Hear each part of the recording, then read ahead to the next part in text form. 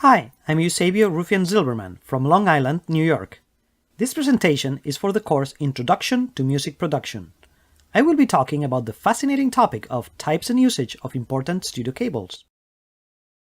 The first cable we will describe is the 1/4 inch TS cable, also known as instrument cable.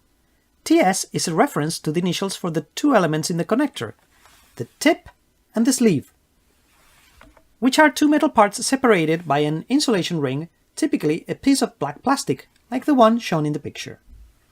This cable will carry a mono audio signal and the electrical ground, which is the zero level reference. It does not have good noise rejection, and for that reason it is important to use TS cables that are as short as possible. The most typical usage of this kind of cable is for connecting instruments like electric guitars and basses, and it is often called an instrument cable. A variation on the 1/4 inch TS cable is the 1/4 inch TRS cable, which has an additional part in the connector, the R in the name, which is called the ring. Tip, ring, sleeve. One option is to carry a second channel of audio, in which case we are using it as a stereo cable. Another option is to carry a copy of the same channel as the tip, and in that case, we can use the two copies to eliminate most of the noise on the other end. This is called a balanced cable and can be very useful for situations where we need to carry the signal for a longer distance, where a normal instrument cable would pick up too much noise. It is important to note that physically it is the same cable and connector, and we are just using it as a stereo or as balanced, but it is the same. The difference is in the equipment itself that is being connected, that needs to have the circuitry to use it as a stereo or as mono balanced. There is a TRS cable that is similar to the 1/4 inch but smaller, the 1/8 of an inch cable or headphone cable, because it is commonly used for connecting headphones.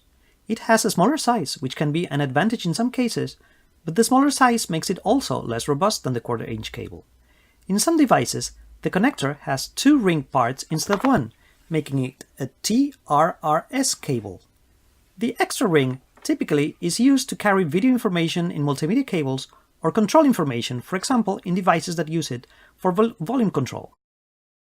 A second type of balance cable is the XLR cable. The first cable of this kind that was manufactured was called the Canon X. Then the manufacturer added a latch to prevent the cable from getting disconnected accidentally, and this one was the Canon XL. Then the manufacturer started producing a plastic version and a resilient polychloropylene version and called them Canon XLP and Canon XLR. Nowadays this cable is known as XLR regardless of the manufacturer and the material. The most common variation by far is the 3-pin mono balanced XLR, although there are variations with more pins. The 3-pin XLR is used most often for connecting microphones, and it can be used also as a general balance cable for carrying a signal over a longer distance than unbalanced cables. When used for microphones, in addition to the audio signal, it can carry what is called phantom power, which provides the necessary power for some microphones to be able to operate.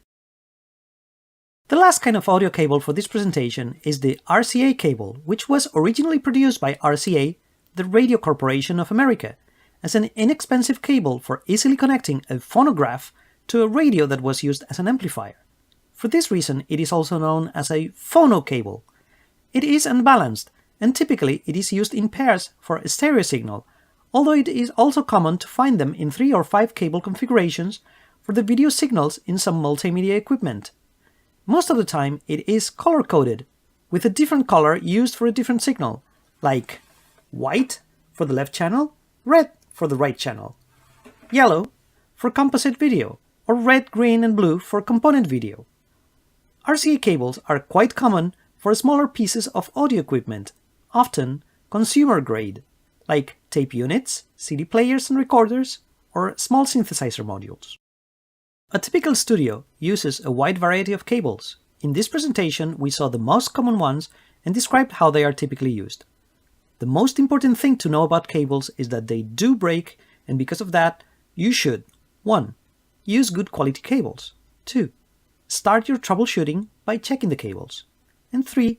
Always keep a few spare cables for replacing those that will go bad. That's all for this presentation. Thank you very much for your time watching and listening.